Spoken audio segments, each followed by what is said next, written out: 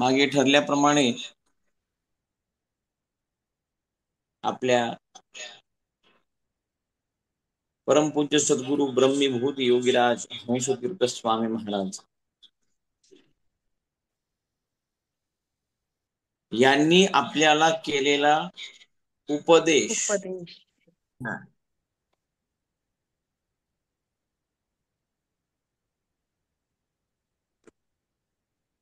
माग आपण श्री सद्गुरु उपदेशाच्या वरती चिंतन केलं होतं. आजही आजच्या या झूम मीटिंग द्वारे पुढील श्लोकाचं आपण चिंतन करणार आहोत. तत्पूर्वी सद्गुरूंचं स्मरण करूया. जयाचे आठविता ध्यान वाटे परम समाधान नेत्री रिघोनिया मन पांगुळे सर्वांगी. समर्थ सद्गुरु रामदास स्वामी म्हणताय दासबोधामध्ये त्यांनी त्यांच्या सद्गुरूचं स्तवन केले. जयाचे आठविता ध्यान वाटे परम समाधान. आपल्या सद्गुरूंचं ध्यान समोर आल्यानंतर त्यांचं स्मरण झाल्यानंतर जे समाधान आम्हाला प्राप्त होते. समाधान कशात? संतोषाची द्यावे. अण्णा स्वामी म्हणताय संतोषाची द्यावे धन जेणे होय समाधान.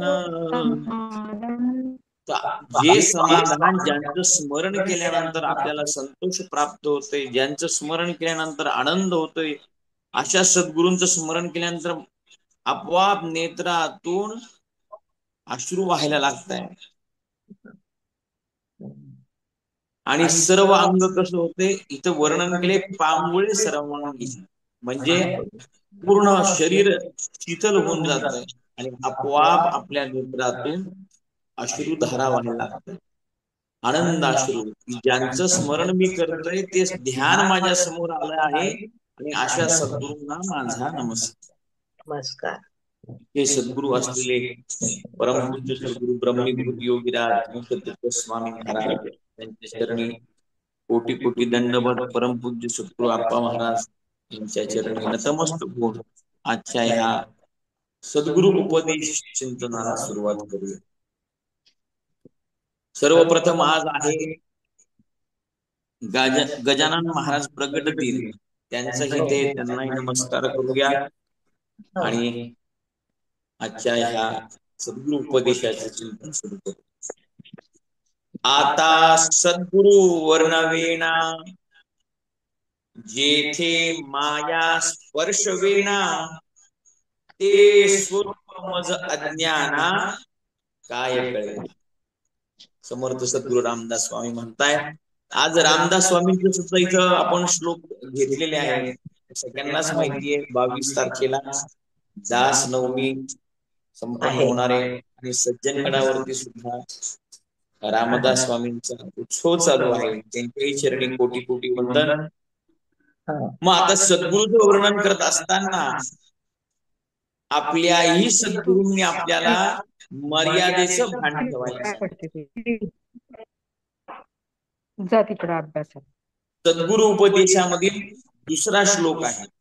मर्यादा म्हणजे काय पाही हे लक्षात आधी घेई सत्व रज तमो 3 गुण राही ह्याचा विचार करी. बघा सद्गुरूंनी काय सांगितलंय. सद्गुरू उपदेश करताना स्वामींनी आपल्याला सांगितलंय मर्यादा म्हणजे काय पाहिजे. मर्यादेचं इथं सगळ्यात पहिले चिंतन करायचं सांगितलं. मग आता मर्यादा म्हणजे काय की ज्यावेळेस आपण सद्गुरूंच्या जवळ बसतो, सद्गुरू सेवेमध्ये असतो, मग ती मर्यादाशील सेवा सांगितली. सद्गुरू जवळ कसे बसावे. आता बघा ना, आपण ज्यावेळेस आपल्या सद्गुरूंजवळ बसतो, सद्गुरूंच्या काही विचारतो प्रश्न उत्तर, जे आपलं मनातील काही भाव आहे ते आपण सद्गुरूंजवळ बोलतो, पण आपल्या सद्गुरूंनी त्याची सुद्धा मर्यादा सांगितली. आता तुम्ही म्हणताल तिथे काय मर्यादा आहे, सद्गुरूचं आई आहे, बरोबर आहे. पण ज्यावेळेस त्या आपण सद्गुरू म्हणून त्यांचं चिंतन करतो, सद्गुरूंना जे आपण तिथे शरण जातो अनन्य भावाने,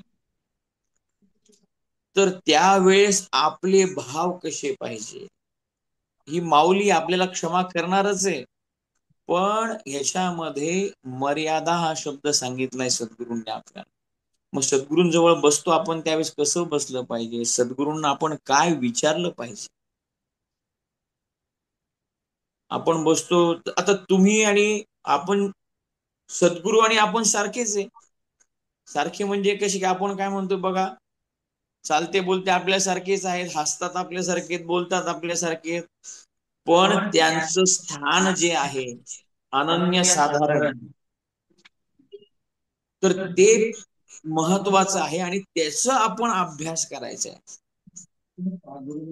मर्यादेत आपण त्यांचं तिथे आपण अनुकरण केलं पाहिजे. आपण त्यांची मर्यादा ठेवून आपण ते भान ठेवून आपण तिथं वागलो पाहिजे. मग सद्गुरू जवळ बसत असताना की आपण मग काय करायचंय हो, सद्गुरू ज्यावेळेस बसतात आपण त्यांच्या समोर उच्च आसनावर कधीही बसू नये, मोठमोठ्याने गप्पा मारू नये, मोठमोठ्याने हास्य करू नये, विषयांतर होईल असे कुठलंही भाष्य करू नये.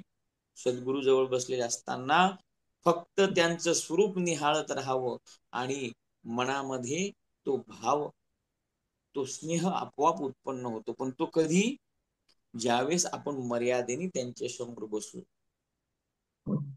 बऱ्याचदा काय होतं बघा, आता सद्गुरू अप्पा महाराज, आपण ज्यावेळेस सद्गुरू अप्पा महाराज सुद्धा आपल्याला नेहमी सांगतात सद्गुरू उपदेश करताना की शिष्यांनी वागावे कैसे. छोट्या छोट्या गोष्टी आहेत. पारायण करताना आता बऱ्याच वेळा असं होतं, मर्यादा इथे मर्यादा सर्वांगीण सांगितलेली आहे. ज्यावेळेस आपण उपासनेत बसतो, सद्गुरूंच्या दर्शनाला जातो, भगवतीच्या दर्शनाला जातो, पारायण करतो, अनेक ज्यावेळेस परमार्थिक आपण ज्या ज्या गोष्टी करतो त्यावेळेस त्याचं तिथे मर्यादा सांगितली, म्हणजे बंधन सांगितलेली. काय बंधन आहे की आपण सद्गुरूंना दर्शनाला जाताना अनन्य भावाने शरण गेलं पाहिजे. तिथे आपले कपडे कसे असायला पाहिजे. काही काही जण ते चड्ड्या घालून फिरतात, काही काही जण ते काय अनेक प्रकारचे सगळे वस्त्र आता झालेले आहेत, अनेक प्रकारचे कपडे परिधान करतात. पण तिथे मर्यादेनेच गेलो पाहिजे. भगवंताच्या दर्शनाला सुद्धा जाताना जीन्सची पॅन्ट, टी शर्ट परिधान करू नये. साध महिलांनी साडी ही अनिवार्य आहे. हे सगळं का सांगतो तुम्ही म्हणतात, हे सांगण्याची काय गरज आहे. पण आज तुम्ही बघा बाहेर काय वातावरण तयार झालेलं आहे. देवळात जाताना समज राहिलेली नाही, कोणते कसे कपडे घालतात, परत महिलांना बोलण्याचे काही अधिकार नाहीये. पण हे मर्यादेने जर आपण आपलं स्वतःला घडवलं, आपण आपली जर आपण मर्यादा ठेवली, तर निश्चितच त्याची आपल्याला सत्व गुणाची प्राप्ती होईल. बोलण्याची मर्यादा सुद्धा सांगितलेली आहे. सद्गुरूंशी बोलताना उच्च स्वर नकोय, अगदी शांततेत बोलायचंय. जे काय आपले प्रश्न आहेत, जे काय आपल्या भावना आहेत, जे काय आपल्याला विचारायचंय महाराजांना, सद्गुरूंना, उच्च स्वर वर्ज्य सांगितलेले. तर हे सगळं कशासाठी, तर सद्गुरू आपल्याला सांगतायत की हे 3 गुणांचं दर्शन करतंय. सत्व, रज, तम याचं गुणदर्शन इथे सद्गुरू आपल्याला सांगतात. तर मग आपल्याला काय प्राप्त करायचं सद्गुरूंकडून, सत्व गुणाची प्राप्ती करायची. म्हणून सद्गुरूंना अन्य भाव शरण जाताना सद्गुरूंशी कसं बोलावं, कसं वागावं इथं सद्गुरूंनी आपल्याला सांगितलं. त्याचं छोटस उदाहरण मी तुम्हाला सांगतो. स्वामी विवेकानंद ज्यावेळेस आपल्या सद्गुरूंना भेटण्यासाठी जायचे, दर्शनासाठी जायचे, तर परमहंस त्यांना म्हणायचे की ये माझ्या जवळ बस. पण विवेकानंद कधीही त्यांच्या गेले, बसले त्यांच्या आसनाजवळ आणि मग काय अजिबात नाही. तसं तर ते लेकरू होतं त्यांचं, ते हृदयाशी धरायचे, पण विवेकानंदांनी कधीही त्यांची मर्यादा सोडली नाही. एवढे ज्ञानी होते, एवढं त्यांचं जगामध्ये नाव झालेलं होतं, पण आपल्या सद्गुरूंच्या समोर बसल्यानंतर तीच अवस्था, तो सत्व गुण त्यांच्या समोर ठेवून सद्गुरूंजवळ बसायचे. नजर अगदी त्यांच्या चरणाशी असायची. आपल्याकडे थोडस काही थोडा पैसा आला, थोडस काही हे झालं की आपल्याला असं वाटतं सद्गुरू म्हणजे काय आपले घरचेच, कसंही बोला कसंही वागा. सद्गुरू तुम्हाला कधी म्हणणार नाही की अरे बाळा तू असं का वागतोय, असं का नाही. उलट ते तुला जवळच करतील. पण ही आपण शिकण्याची ही गोष्ट आहे, हे आपण आपली मर्यादा सांभाळण्याची गोष्ट आहे. म्हणून सगळ्यात पहिली इथं आपल्याला मर्यादा म्हणजे काय पाही सांग. चरणाजवळ भाव ठेवल्यानंतर सद्गुरूंच्या ज्यावेळेस आपण चरणापाशी बसतो त्यावेळेस आपल्यातले जे दुर्गुण आहेत ते सर्व निघून जातात. पण कसं आहे, त्याला फार अनन्य भावाने बसावं लागतं. मनामध्ये द्वेष, कलह, मत्सर ठेवून जर आपण सद्गुरूंच्या चरणाजवळ बसलो, सद्गुरू म्हणते अरे बाळा मी तुला काय शिकवलं आणि तू काय येऊन बसलाय माझ्याजवळ. गुरुचरणी ठेविता भाव आपोआप भेटे देव. हे कोण म्हणतंय? जगद्गुरु संत तुकाराम महाराज म्हणतायत की गुरुचरणी ठेविता भाव. आणि जो अनन्य भावाने शरण देईल सद्गुरूंना, तो सत्व गुण त्या सद्गुरूंच्या चरणापाशी वाहील, तो भाव घेऊन तो सद्गुरूंच्या चरणापाशी जाईल, तर त्याला देव दूर नाहीये, देव आपोआप त्याला भेटणार आहे. पण त्याच्यासाठी सत्व गुणाची सहाणं ही फार महत्वाचं सांग. एक दृष्टांत आहे, सत्वगुण आणि सद्गुरूंच्या चरणावरती विश्वास असल्यानंतर, सद्गुरूंच्या आज्ञेमध्ये राहिल्यानंतर, सद्गुरूंच्या छायेमध्ये सद्गुरूंच्या कृपाशीर्वाद प्राप्त झाल्यानंतर भगवत प्राप्ती कशी होती त्याचं एक छोटस दृष्टांत. एक मुलगा असतो, अतिशय आळशी, घरी दिवसभर झोपून राहणार, 2-3 टाइम खाणार, पण त्याचं खाणं पण असं होतं की 10 माणसासुद्धा एकटाच खायचा. घरचे वैतागून गेले. अरे त्याच्या घरचे म्हणायचे अरे बास थोडस काही काम धंदा कर, किती खातो. तो त्यांना म्हणायचा दाणे दाणे पे लिखा है खाने वाले का ना. तसे घरचे म्हणायचे अरे दाणे दाणे पे नाही, बोरे बोरे पे लिखा है तेरा खाने का नाम. कारण की तो खातच एवढा होता की 10 माणसाचा एकटा खायचा. शेवटी वैतागले, अरे तू काही काम धंदा करत नाही, काही नाही, तू आता इथे काही राहू नको, तू आता घरातून निघून जा. त्याला घरातून काढून देतात. घरातून काढून दिल्यानंतर मग तो आता म्हणतो तर काय करू, कुठं जाऊ. मग चालता चालता बराच दूर जातो आणि एका गावाजवळ आल्यानंतर त्याला एक आश्रम दिसतो. त्या आश्रमामध्ये तो प्रवेश करतो आणि बघतो अरे सगळीकडे साधू बसलेले, असे तेजपुंज, भस्म, त्रिपुंड, माळा, भगवे वस्त्र घातलेले दष्टपुष्ट दिसत आहेत. आणि मग तो विचार करतो अरे इथं सगळ्यांच्या तब्येती चांगल्या दिसतात बरं का, म्हणजे इथं खाण्यापिण्याची सोय चांगली आहे. मग तो तिथं जातो आणि तिथे सद्गुरू बसलेले असतात, संत बसलेले असतात, त्यांना तो नमस्कार करतो आणि म्हणतो महाराज मला पण तुमच्यामध्ये सामील करून घ्या. ते म्हणते बाबा म्हणजे काय. म्हणे मला पण तुमच्या आश्रमात राहण्याची सेवा करण्याची संधी द्या. पण हा सेवेला आलेला होता का? नाही. याला फक्त पोट भरण्याचं साधन पाहिजे होतं. आणि पण सद्गुरु कृपा झाल्यानंतर कसं फलप्राप्ती होती हे आपल्याला समजून घ्यायचं. त्यांनी सांगितलं, त्या संतांनी सांगितलं बाळा इथे राहा, पण इथं राहायचं जर असेल तुला तर काही नियम आहेत ते समजून घे. ते म्हणे काय. म्हणे महाराज तुम्ही जे सांगताल ते मान्य आहे.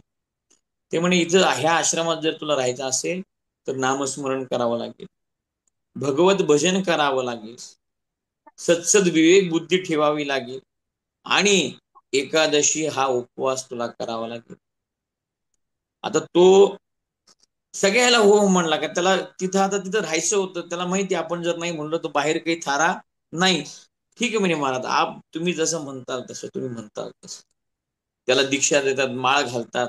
आता तू ह्या आश्रमाचा शिष्य झालेला आहेस आणि तू आता हे नियम पाळले पाहिजे, असं ती सद्गुरू त्याला सांगतात. ठीक आहे म्हणे. मस्त. आता याचं काम काय होतं की हा फक्त सकाळी उठायचा, सद्गुरू समोर आले की काहीतरी काम करायचा, आणि दुपारची वेळ झाली 12 वाजली की पहिल्या पंक्तीला हा जाऊन बसायचा, पोटभर जेवण करायचा, 2 वाजले की झोपायचा, परत 4 वाजता उठायचा, परत सद्गुरूंना काहीतरी आपलं करून दाखवायचं, 6 वाजले की चहा पाणी झाले की लगेच थोडा वेळ भजन करायचं, की 8ला पुन्हा जेवण. याची ती सोय होऊन गेली. पण हे भगवत भजन करताना सद्गुरूंचा सहवास लाभल्यानंतर काय होतं, हे उदाहरण आहे.